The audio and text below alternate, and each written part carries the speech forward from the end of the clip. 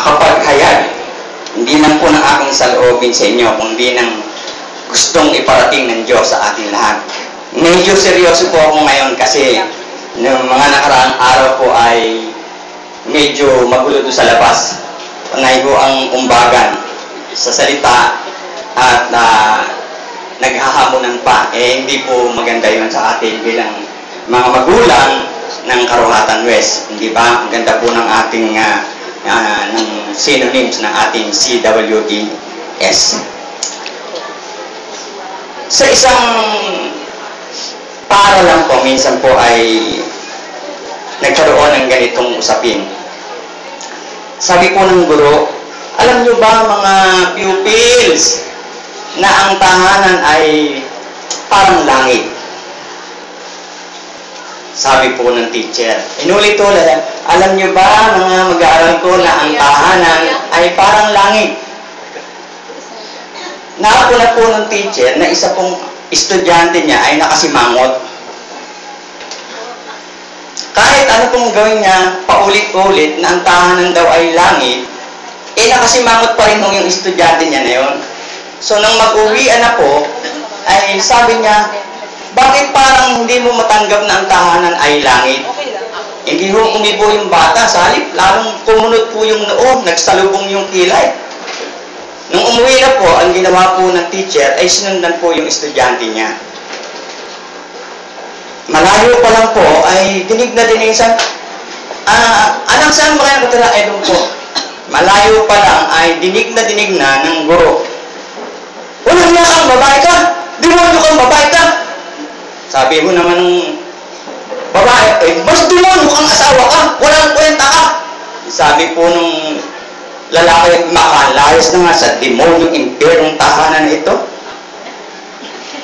Kaya pala, kahit anong gawin, paliwanag ng guro sa kanyang estudyante, hindi mo matanggap na ang tahanan daw ay langit.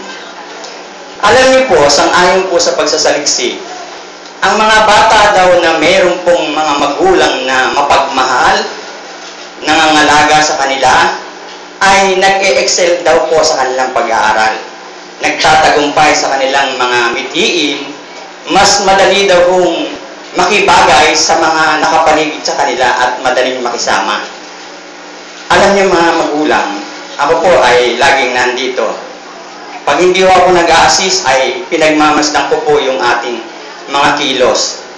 Alam ko po na nararamdaman ko po na concern kayo sa inyong mga anak.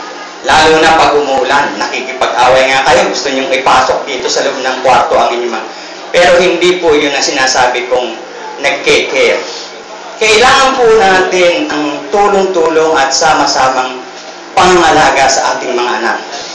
Nais ko pong hamunin kayo sapagkat maliwanag po na karamihan po ng batang napapabayaan ay siya pong mga batang lumalaking kriminal, lumalaking wala sa katinuan, at lumalaking ang pangarap sa buhay ay hindi naaayon sa mabuting panuntunan ng buhay. Sabi po ng Biblia, at ito po isang magandang balita, meron po tayong isang ama sa langit na pwede po nating lapitan sa lahat ng pagkakataon. Ang kailangan po lamang natin ay bigyan ng pagkakataon yung ating mga buhay. Gumawa po tayo ng paraan na makilala siya ng labis upang sa ganon, iyon po yung ating maibahagi sa ating mga anak. Bakit ko po sinasabi ito? Marami na pong panahon ang dumaan.